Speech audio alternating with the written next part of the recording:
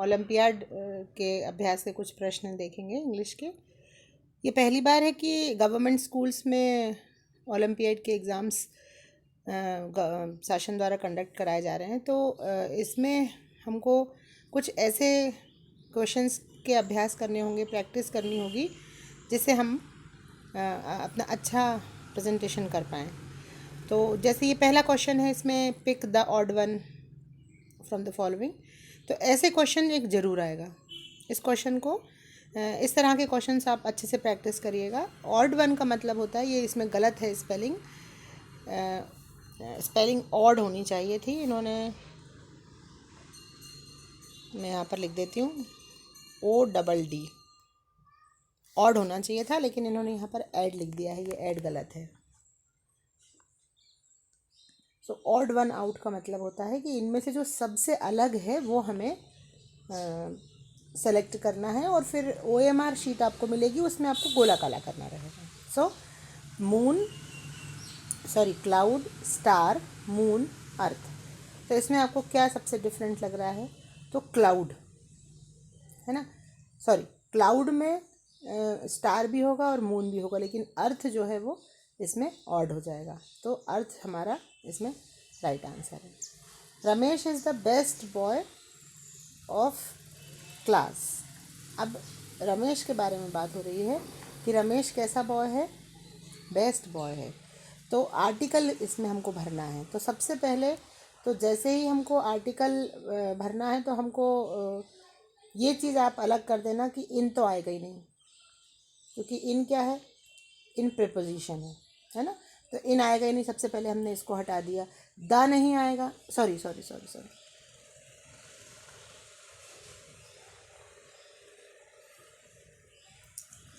ए नहीं आएगा। Ramesh is a best boy of class, क्योंकि कई बच्चे सोचेंगे कि कॉन्सोनेंट है बी और बी के पहले हम ए लगा दें, तो ए भी नहीं आएगा। एन तो आएगा ही नहीं क्योंकि यहाँ से हमको कोई वॉवेल साउंड नहीं मिल रहा है, ब, इसीलिए एन नहीं आएगा। एन को आप गलत कर दीजिए, इनको आप गलत कर दीजिए क्योंकि इन प्रीपोजिशन है। ए भी नहीं आएगा, लेकिन क्योंकि बेस्ट जो है वो सुपरलेटिव डिग्री है, इसीलिए द आएगा, और सुपरलेटिव डिग्री के साथ हमेशा द आता है। तो सुपरलेटिव डिग्री आपको पता है, ये जो बेस्ट है ये किसकी सुपरलेटिव डिग्री है? गुड पॉजिटिव डिग्री है, बेटर टिव डिग्री है, और बेस्ट जो है वो सुपरलेटिव डिग्री है। तो बेस्ट के आगे हमेशा क्या आता है? द आता है, ये आपको याद रखना होगा। नेक्स्ट देखते हैं हम। थर्ड है, Sita is pretty, her sister is dash than her. अब देखिए, सीता तो प्रिटी है, प्रिटी मीन्स होता है ब्यूटीफुल, सुंदर। सीता प्रिटी है, और सीता और सिस्टर के बीच में कंपैरिजन हो रहा है। तो her sister is dash than her, मतलब उसकी जो सिस्टर है वो उससे भी ज़्यादा ब्यूटीफुल है ना। तो जब भी दो के बीच में कंपैरिजन होता है, तो हम दो के बीच में कंपैरिजन के लिए हम लगाते हैं, हम प्रयोग करते हैं कंपैरेटिव डिग्री। और कंपैरेटिव डिग्री कौन सी होती है? कंपेयर करने के लिए यूज़ होती है, लेकिन कंपैरेटिव डिग्री की पहचान क्या है?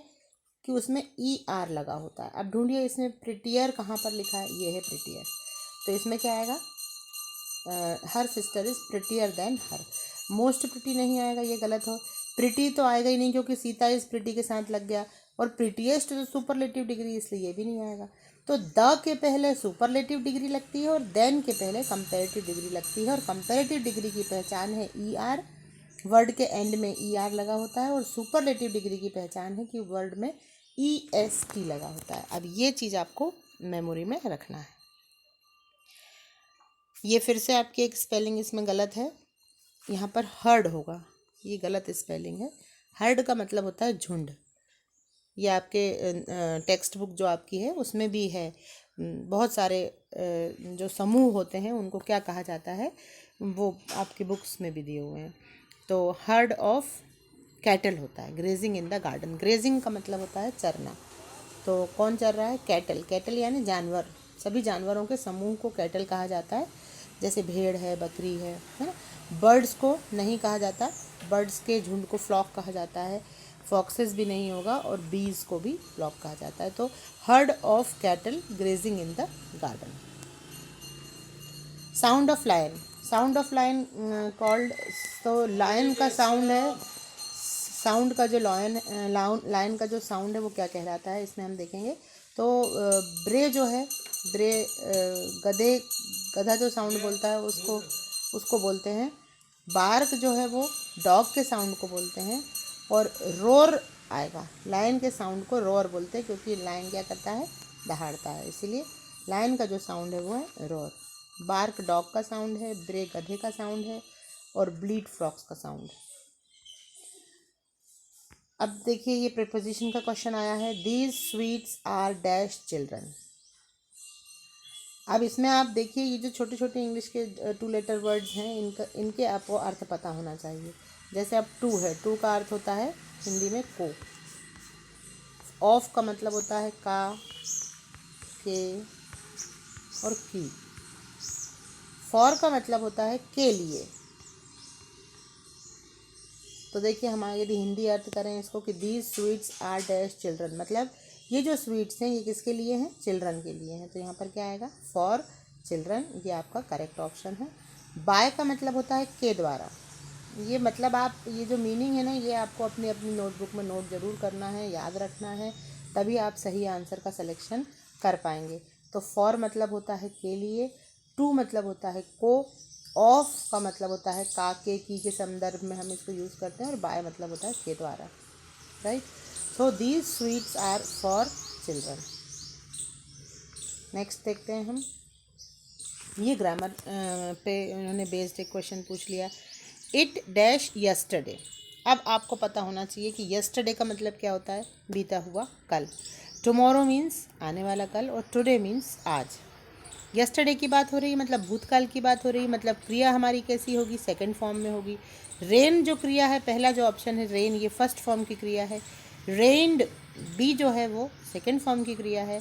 रेनिंग यानी कंटिन्यूस टेंस की वर्ब है, ये आईएनजी फॉर्म की वर्ब है।